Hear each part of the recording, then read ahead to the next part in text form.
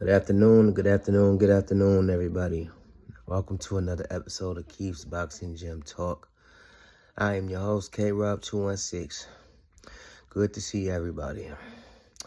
Sorry for the long delay. It's been about 12, 13 days since I last made my last video. I had some legal issues, if you know what I mean. Now that that's behind me, I'm stress-free now, and I just got to worry about moving forward. Before we get into that, though, I want you guys to like and subscribe. We had a very, very, very busy boxing weekend, man. This is the weekend for boxing. I enjoyed yesterday so much, so many fights and stuff like that, which I will be dropping more videos, but I won't be dropping 10, 15, 20-minute videos. I'm going to try to keep them at 5 minutes at a time. One thing that I did want to talk about, though, man, is we had Usyk versus Dubai, the rematch. We had Ben Rodriguez. He was victorious. We had Sebastian Fandora. He knocked out Tim Tszyu in the 6th round, I believe. Some other great fights. Gary Russell made his return.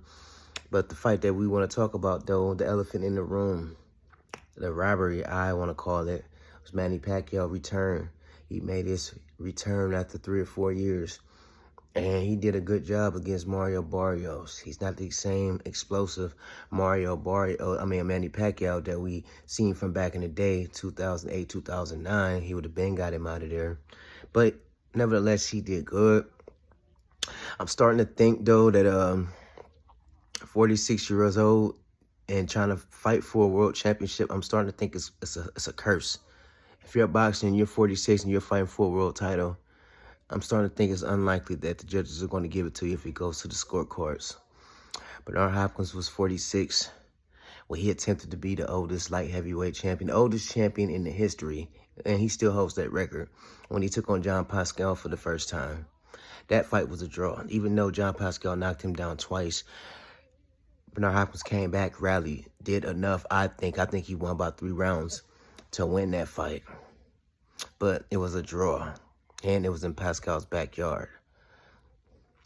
Evander Holyfield was 46 when he challenged Nikolai Vaev, the largest heavyweight champion of all time.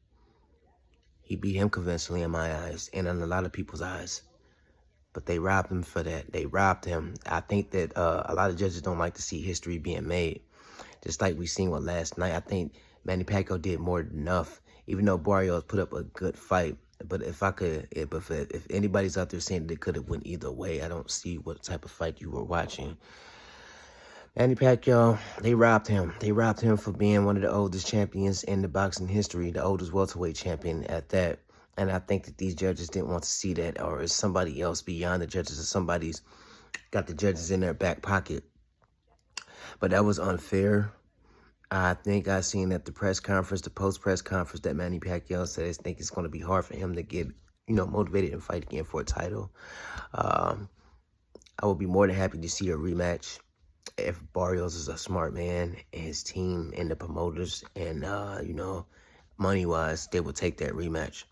But being 46, though, and trying to, it just feels like it's a curse, man. I've seen this. I've seen this 2 times before, and, it's a curse, man. It wasn't right what they did with Bernard Hopkins in, in Montreal, Canada. I think that's where the fight was at the first time before John Pascal for the light heavyweight and the lineal light heavyweight championship of the world. Evander Holyfield, I was very upset about that fight, man. Very upset. I was just waiting for him to raise his hand. Now, I'm not saying that he just won every round. But in the public's eyes and in my eyes, I definitely thought he did enough to win. Just like I thought last night. Yes, these fighters, they were not the same fighters that they was. I don't know if that's persuading the judges. I don't know if they were just going off of how they looked in their past performances when they were in their prime. But that's not fair. We have to look at the present, the now. We can't go off the past. We have to do better in boxing, man. They just want that, they want to take Manny Pacquiao's greatness away from him, because in my eyes, in my 25 years of me watching boxing, 25, 26 years of watching boxing, Manny Pacquiao is the greatest. He's had the greatest accomplishments in boxing. And I don't think the judges want to see that. And that, that's just not fair. That's very, very unfortunate, man. It's going to be real hard for him to get up and go and do that same performance again. Because, like I said, he's going to be knocking on 47 by the time if they fight again. So I think that's very unfair. It's very unfair. So I just want to get that off my chest, man. But Manny Pacquiao, one of my favorite fighters, and he's a person that follows me on Instagram. So I'm one of those lucky people that he follows. But nevertheless, though, man, it was a good fight. Good night of action. I will be dropping more videos. Usyk, Dubai, Fandora Zoo, Gary Russell made his return. Bam Rodriguez, he's still climbing the charts, the pound-for-pound ladder. So, man, yeah, man. I hate that this happens to the 46-year-olds in boxing. You know, they sit there and they try to discredit your legacy because y'all are great. But in the meantime, they cater to legacies like Tank Davis and Canelo Alvarez catering to their legacy. But in the end, I think everything will work out fine for you guys, man. But that is my time. I will be dropping a video later on today. I want you guys to like and subscribe. Like and subscribe, please, man. And thank you guys for tuning in. I will talk to you later.